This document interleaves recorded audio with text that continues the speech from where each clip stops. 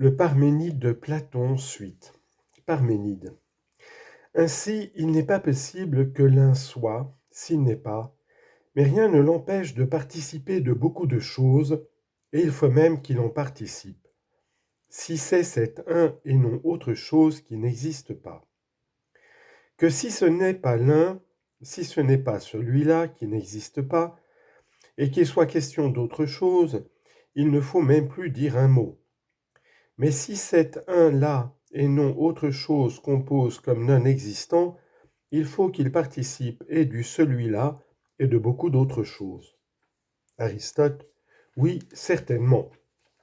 Parménide. Il a donc aussi la dissemblance relativement aux autres choses, car les autres choses étant autres que l'un seront aussi d'autres sortes. Aristote. Oui. D'autres sortes, n'est-ce pas dire divers? Sans doute.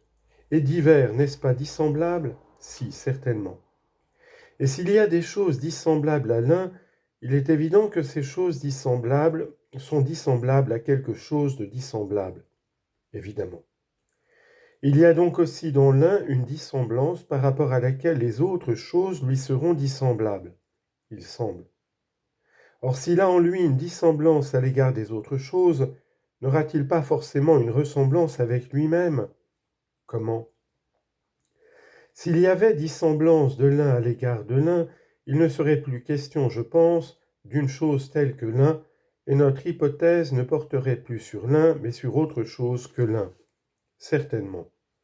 Or, il ne le faut pas. Certainement non.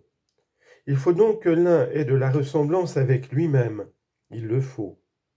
Il n'est pas non plus égal aux autres choses, car s'il leur était égal, il serait par là même, et il leur serait semblable en vertu de cette égalité, deux choses impossibles si l'un n'est pas. Oui, impossible. Mais puisqu'il n'est pas égal aux autres choses, n'est-il pas forcé que les autres choses non plus ne lui soient pas égales? C'est forcé. Et ce qui n'est pas égal, n'est-il pas inégal? Si. Et ce qui est inégal, n'est-il pas inégal à l'inégal? Sans contredit. Ainsi, l'un participe encore de l'inégalité par rapport à laquelle les autres choses sont inégales à lui, il en participe. Mais dans l'inégalité, il y a grandeur et petitesse, en effet.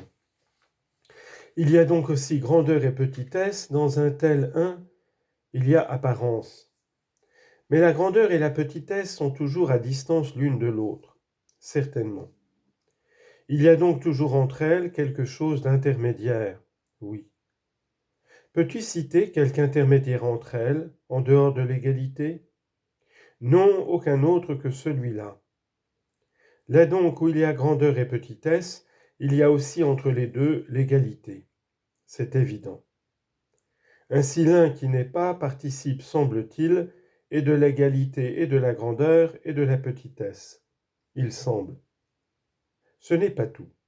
Il faut encore qu'il participe de l'être en quelque manière. Comment?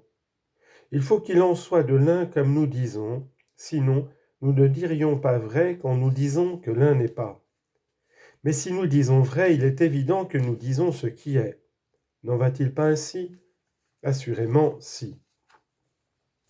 Puisque nous prétendons dire vrai, nous prétendons aussi nécessairement dire ce qui est, nécessairement. L'un est donc, ce semble, non existant, car s'il n'était pas non existant, et s'il laissait pénétrer quelque chose de l'être dans le non-être, il serait aussitôt existant, sans aucun doute.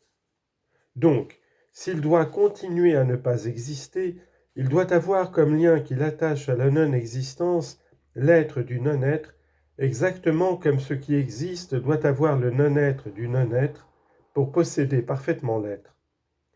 La condition pour que ce qui est puisse le plus complètement exister, et ce qui n'est pas ne pas exister, c'est que ce qui est participe de l'existence de l'être étant et à la non-existence de l'être non étant, s'il doit exister parfaitement, et que ce qui n'est pas participe de la non-existence du ne pas être non étant, et à l'être de l'être non étant, si ce qui n'est pas doit à son tour être un parfait non-être. C'est on ne peut plus vrai. Donc, puisque ce qui est participe du non-être, et ce qui n'est pas de l'être, l'un aussi, puisqu'il n'est pas, doit nécessairement participer de l'être pour ne pas être. C'est nécessaire. Et il est prouvé que l'un, s'il n'est pas, a de l'être. C'est évident. Et du non-être aussi, puisqu'il n'est pas, naturellement. Maintenant, est-il possible que ce qui est d'une certaine façon ne soit pas de cette façon s'il ne passe de son état à un autre? Cela n'est pas possible. Ainsi, toutes les fois qu'une chose est dans tel état, puis n'y est plus, cela indique un changement, sans doute. Mais qui dit changement dit mouvement, ou qu'est-ce, selon nous? Mouvement. Or, n'avons-nous pas vu que l'un est et n'est pas? Si. Il apparaît donc être dans un état et n'être pas dans cet état, il semble. L'un qui n'est pas nous a donc paru aussi en mouvement, puisqu'il nous a paru changer en passant de l'être au non-être. C'est possible. Cependant, s'il n'est nulle part parmi les êtres, et il n'est nulle part s'il n'existe pas, il ne saurait changer pour aller d'un lieu à l'autre. Comment le pourrait-il en effet? Il ne saurait donc se mouvoir en se déplaçant? Non, en effet. Il ne saurait non plus tourner dans le même, car il n'a aucun contact avec le même, car le même est un être, et ce qui n'est pas ne peut être dans un être. C'est impossible en effet.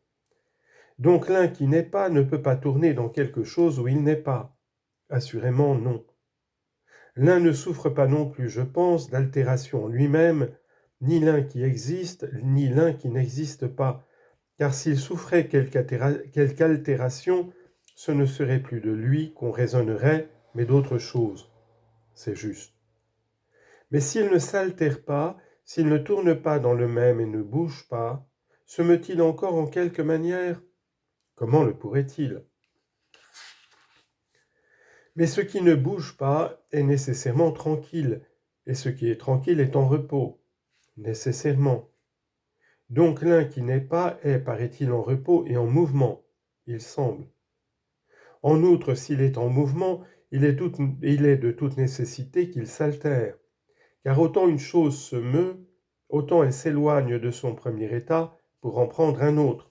C'est exact. Et en se mouvant, l'un s'altère aussi, oui. Mais s'il ne se meut en aucune façon, il ne s'altère en aucune façon.